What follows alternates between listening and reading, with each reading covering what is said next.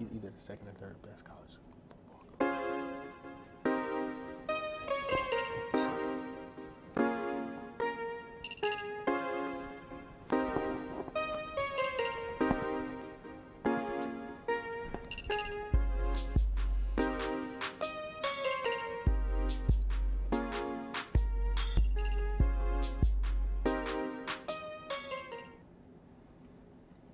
Welcome to Man Coverage, everyone. I am Derek Williams. I'm Manziel Moore. We have a jam-packed show ready for you guys. A lot has been going on since we last spoke to you guys, and we're going to get into it. So we're going to dive right into it. The Warriors. We're going to, man.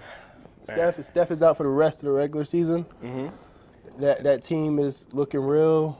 The beginning of the end. What do you think? What I think right now is the Warriors are, they're under the injury right now. Most of the Warriors are. And what I think is actually going on is I think that they're resting they're trying to get ready for the Houston Rockets, which everybody knows right now is the #1 team in the NBA, even though the Warriors are the reigning champions.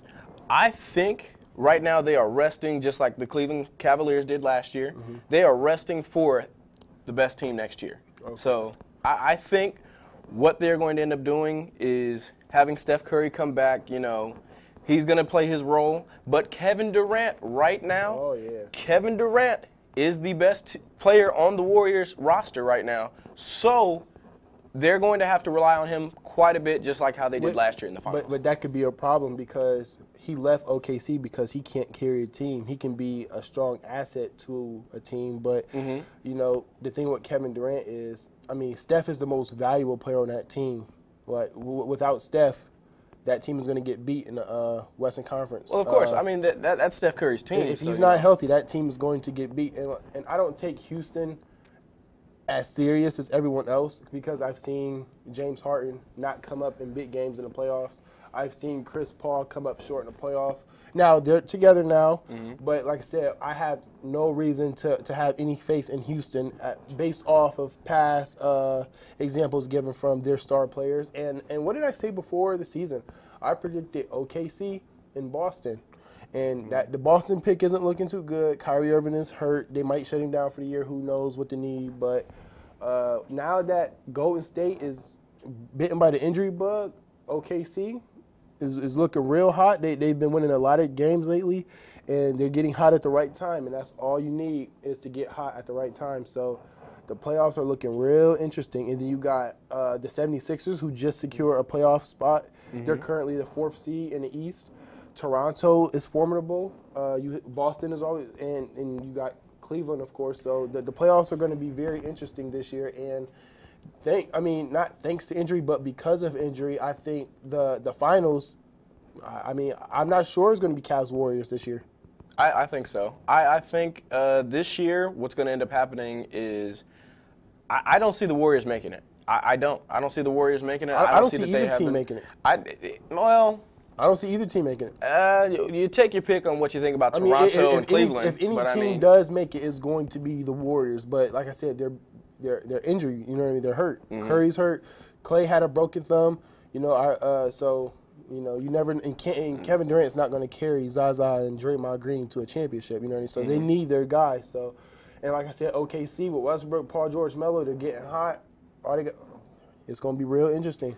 Well, they did lose to Toronto. But Toronto once again they're a pretty good team. Pretty good team. But could Toronto? Yeah, you've seen Mr. LeBron James in the playoffs. Yeah. He's a different man. The Cavs are a totally different team. The entire franchise of the Cavs are a totally different team whenever you see them in the playoffs. So what I'm asking you is, could we end up seeing LeBron James for the 4th time within the past few years?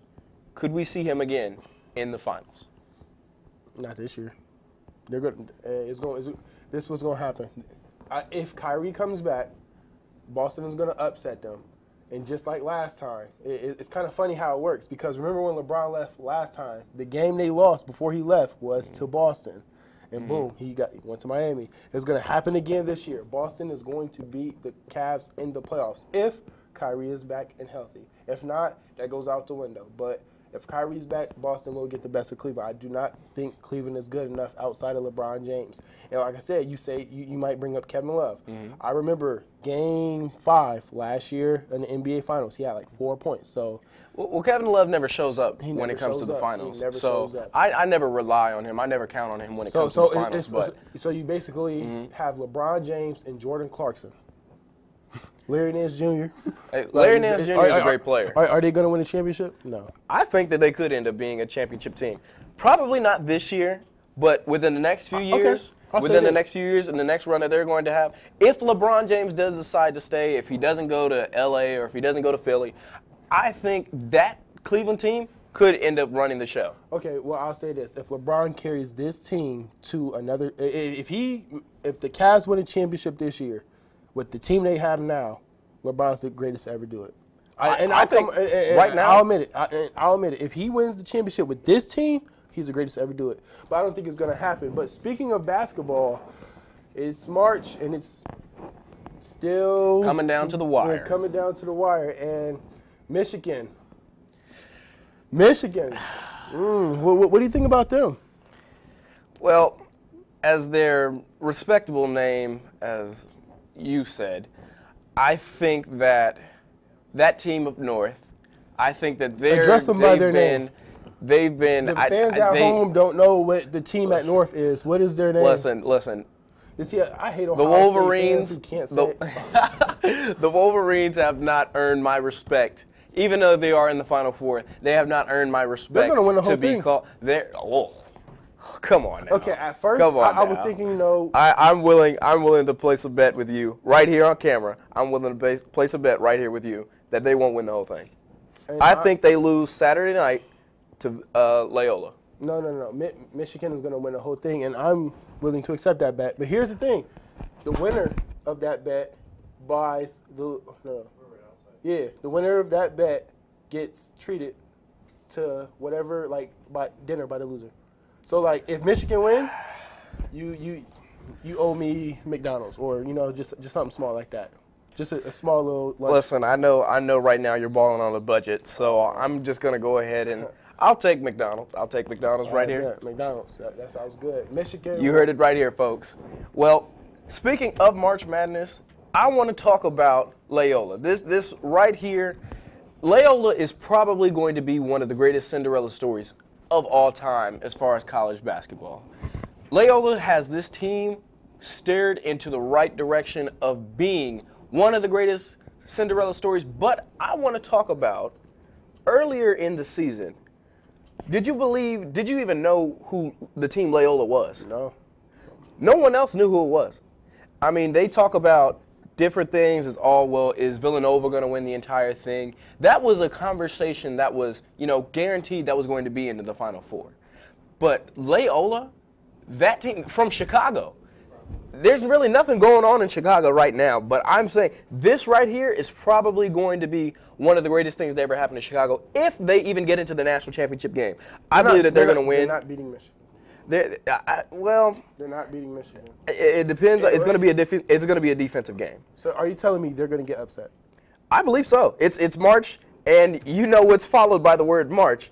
Madness, which I believe you will be having when you're buying me that McDonald's later on this week. Okay. That sounds good. Michigan, give me that free McDonald's. They got it. Michigan got it. I'm not worried. Villanova, Michigan. So who you got winning the whole thing? I like the Cinderella story. I like Loyola, but I'm also feeling Kansas. See, that's the thing that I've been pondering with myself about is Loyola, this could be the greatest Cinderella story ever. Really? All you have to do is finish. Really? With Villanova, a lot of people don't feel like they were the rightful winners from last year, even though they did hit a buzzer beater, which is a miracle shot. And Kansas has been known as that school that's, if you want to sign your kid to the greatest basketball school of all time, you want to sign your kid to Kansas. All I'm asking you to do is prove it. One thing about March Madness is just because a team, this is my opinion, just because a team hits a buzzer beater to beat another team doesn't mean they're better.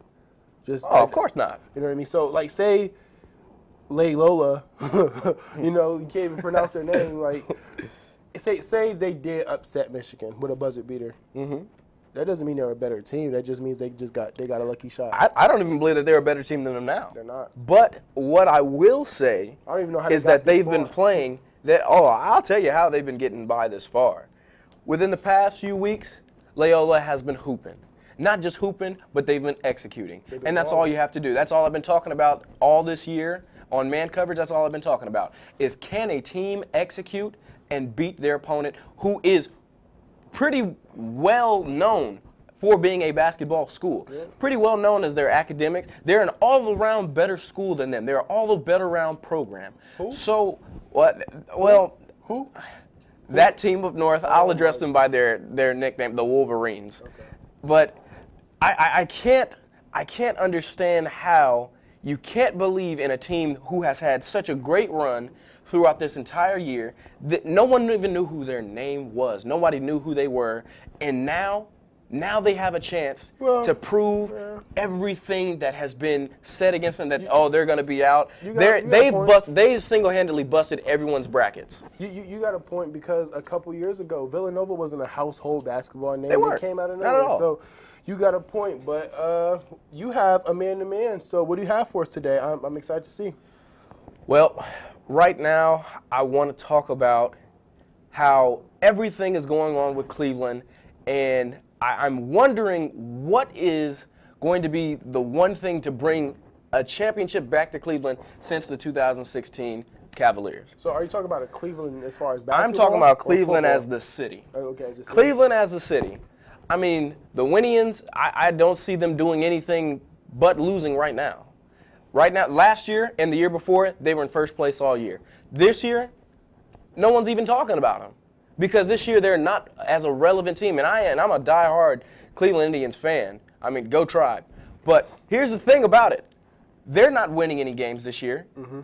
The Cleveland Browns, 0-16. The last win that they had was on the last play of the game against a Chargers team who didn't even have their quarterback for the last fourth quarter. Now, the thing with the Browns, though, they made a lot of key moves that you can go 0-16 to 12-4 real quick. And their last time they had won more than 3 games, Johnny Manziel was their quarterback.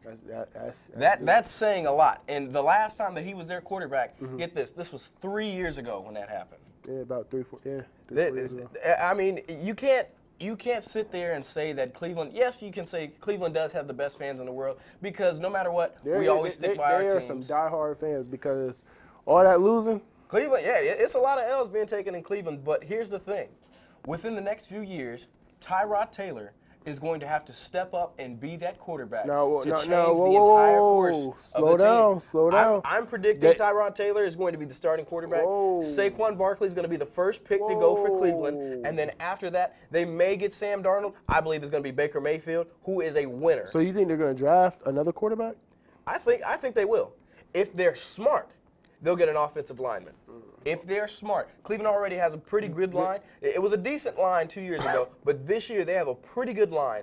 I think the Cleveland Browns could end up winning the next championship for Cleveland, period. Oh, yeah. The next championship in Cleveland to be won is going to be by the Browns because, like I said, they have the opportunity to get Sam Darnold. They have Josh Gordon. They have Jarvis Landry. They just got Carlos Hyde, who is a decent back. Pretty decent. Now, and it's weird because, like, the news and the rumor mill around the NFL is that Odell Beckham is in for the trade block. And the Browns are interested. Jarvis Landry has been recruiting Odell Beckham on Twitter. So let's see what okay, so in a perfect world for the Cleveland Browns, this is what it looks like. You draft Sam Darnold, right? You trade your 4th pick because they got the number 1 and the number 4. You trade your 4th pick and you get Odell Beckham, right? And they have a whole bunch of picks in the draft. So you can draft linemen, defensive linemen, but you get Sam Darnold and you get Odell Beckham via trade because it's very possible because the Giants are clearly in rebuild mode. Eli Manning, I think he's done. I think Eli's done. He doesn't have nothing left. Well, in my opinion, I think the Giants draft a young quarterback. He's going to sit behind Eli for a year. They're going to develop him. They're going to continue to rebuild. They're going to trade Odell. The GM and the coach, they're sick of talking about Odell's antics off the field.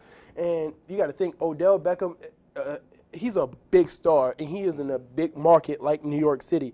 You put Odell in Cleveland, a smaller city, it can ground him more. I think the off-the-field antics will not end, but diminish. And I think Cleveland with Landry and Gordon, with Hyde, and you draft Darnold, you get you one of them quarterbacks. Or, I mean, Tyrod Taylor is good. He took the Bills to the playoffs for the first time since the 90s. But I still think you take a quarterback number one. And you mentioned Saquon Barkley. I can't think of the last time a running back changed a franchise. You need you a quarterback, and I'm not exactly sure that Tyrod Taylor is that guy for Cleveland, because Cleveland has a history of tainting quarterbacks who had success elsewhere. You know, so what's the quarterback's name that played for him a couple years that had success elsewhere? Talking about Brandon Wheaton. Wheaton? No, they drafted him. They drafted him. Not sure. They had a guy. It reminded me of similar to the. They have so many quarterbacks the last 20 years. You can't keep up with them. One of the dumbest picks that they ended up having was Brady Quinn. Brady Quinn. That was a dumb pick, and that happened well over a decade ago. Yeah. And you see what the course of the Browns have gone. I mean, and that's another Josh McCown. That's who I was talking about. Josh McCown had success in Chicago, and he was looking good. You know, he had Alshon Jeffrey at the time. And Jay Cutler's not a very good quarterback. So I mean, you could argue that right there is pretty logical. Oh yeah. So I want to get down to one of the things that I wanted to talk about is Johnny Manziel from the Cleveland Browns. Right. Johnny Manziel, when he played from the Cleveland Browns, didn't win too many games. You know, he was flashy. He was showing up to practice. He didn't do nothing. He didn't do nothing. He wasn't producing. He did nothing. All he did was bring excitement on draft day. Other than that, he really didn't do nothing for Cleveland. Yeah. But he's talking about right now. He's entering into the spring league. Right. So he's going to be playing in the spring league. And another person that you and I have talked about pretty frequently is Colin Kaepernick is getting into the spring league. So it seems like more NFL excitement is going towards Johnny Manziel, who is a, ex-crackhead. On top of that, he's showing up to practices drunk. He's playing in games and giving up before even the second half happens. So we're talking about that kind of guy. And we're talking about a Colin Kaepernick who brought his team to a Super Bowl. Most people wouldn't even agree that 49ers team the year before, when Colin Kaepernick was the starter, wouldn't even argue that they were even a playoff contender. So what I'm asking you is, and I'm asking you too, America, why is it that this man, Johnny Manziel, is more so likely to get back into the league, to get a job working in the NFL as a quarterback, but Colin Kaepernick, a man who just stood up for what he thought was right. Actually, he didn't stand up at all. Well, I'll answer that question for you. We already know why.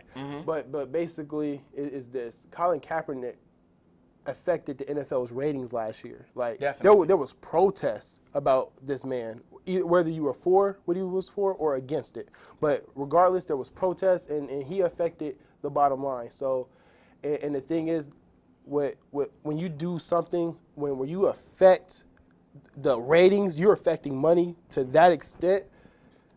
I mean, they're not gonna want you. But for the sake of everything that's been going on, I really hope that a scenario doesn't happen where Manziel finds his way back into the NFL and Kaepernick still doesn't have a job. I hope that doesn't happen, but.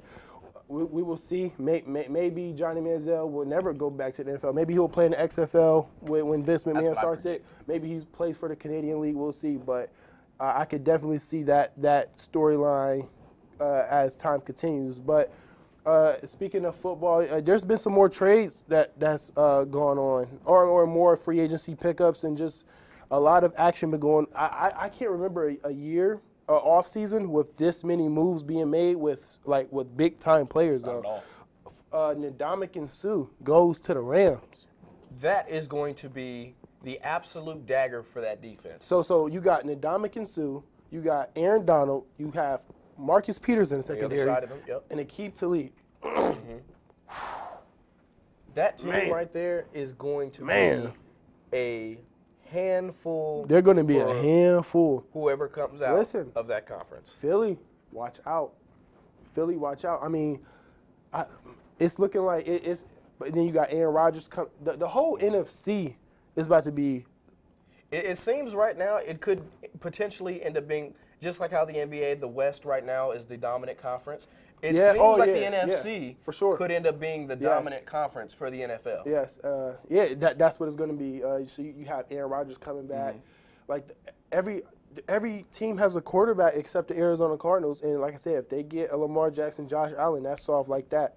And then you got Eli Manning, who I think is done, but they have a top 5 pick, so they can draft him a quarterback. So the NFC is going to be stacked, and I have a sleeper team in the NFC. That everyone's talking about the Eagles, everyone is talking about the Rams, and the Packers got Jimmy Graham, but there's a sleeper team that was making moves quietly in the NFC that I think is going to make a huge splash, and that's the Chicago Bears. Wow. Yeah. I was not expecting that. Chicago they got Taylor Gabriel. They put some weapons around Trubisky. They have a great running game with Howard and Cohen. Chicago's going to be something to deal with. They remind me of Philly because you remember Carson Wentz's rookie year, 5-0. Then they just started losing it. But, it was like, okay, he can play. He reminds me of Trubisky a little bit. Now they put some weapons around Trubisky. I think they're going to be something to deal with. They're going to be something to deal with. I like the Chicago Bears out the NFC. Man, it's been crazy for sports. Do you have anything else that? Not too many things I'm thinking about right now, but WrestleMania is coming real soon. WrestleMania, Ronda Rousey. Yes, Ronda and Kurt Rousey. Angle versus Hunter Hearst Helmsley, Triple H, and Stephanie McMahon. Yeah. That match right there could potentially, and on top of that, John Cena calls out The Undertaker. So this time, I think John Cena could make that. I mean, he beat The Rock, lost to Brock Lesnar. That kind of tarnishes his career on saying that he's the greatest wrestler of all time. But I think with this match with The Undertaker, if he is able to defeat The Undertaker at WrestleMania, that could be the dagger in the coffin to put the dead man to sleep. It's WrestleMania season, and I know a lot of WWE fans who really don't watch anymore but know what's going on. They really tune in around this time because, who doesn't want to watch WrestleMania? But, you got, Ronda Rousey, former UFC fighter. She's a wrestler now. She's about to be at WrestleMania, teaming with Kurt Angle. You have another match that caught my eye. Shinsuke Nakamura versus AJ Styles. You have AJ Styles is hot right now. Oh yeah, AJ Styles is probably the pure best in-ring performer that WWE has right now. Right now, I would say so. He's good on the mic. He can talk. He can get the crowd involved with everything. That's going to be a 5-star match. Yeah. So I think that is great right there. I think right now the best wrestler, if you ask me, it's probably got to be Roman Reigns. Roman Reigns is a bad man if you get him in the ring. The best in-ring performer is AJ Styles, and most definitely. And out of the Shield is Seth Rollins. I'm sorry, Seth Rollins. Roman Reigns isn't better than Seth Rollins. But WrestleMania is coming soon, so a heads up. I don't know if you guys watch wrestling anymore, but it's a big thing. It's a big event in sports. Wrestling is sports entertainment, even though it's fake, but it's still real to us. So tune into that. I think that's either this Sunday or next Sunday. I'm not sure. But the following Sunday, yeah. John Cena called out The Undertaker again, so next week on Raw, Undertaker might actually say yes or no. I don't know how that's going to go. Hopefully we'll hear a response. Yeah, but that's pretty entertaining. I know you're probably laughing, but hey, it is what it is. And that's all for today's show. We will see you guys next week, and this time, if you want to check us out, see more things from Man Coverage throughout the week, check out our Instagram and our Twitter page. It is mancoverage_1. Yes, man coverage this yes. week is going to be bigger than it's ever been in history. We're gonna be very active on social media, so make sure you go follow us on all the platforms, mancoverage_1, Instagram, all that good stuff, and just stay connected with us. If there's a topic that you guys want us to talk about on the show, you can always hit us up. If you want to come on, if you go to Rio or somewhere close and you want to come on the show and talk with us, hit us up. We're open to guests, So we're gonna make this thing bigger and bigger as time goes on. So if you have any questions, just email us at mancoverage_1@gmail.com. And you guys have a great Tuesday. And I am Derek Williams. I'm Manziel Moore. And we'll see you next time.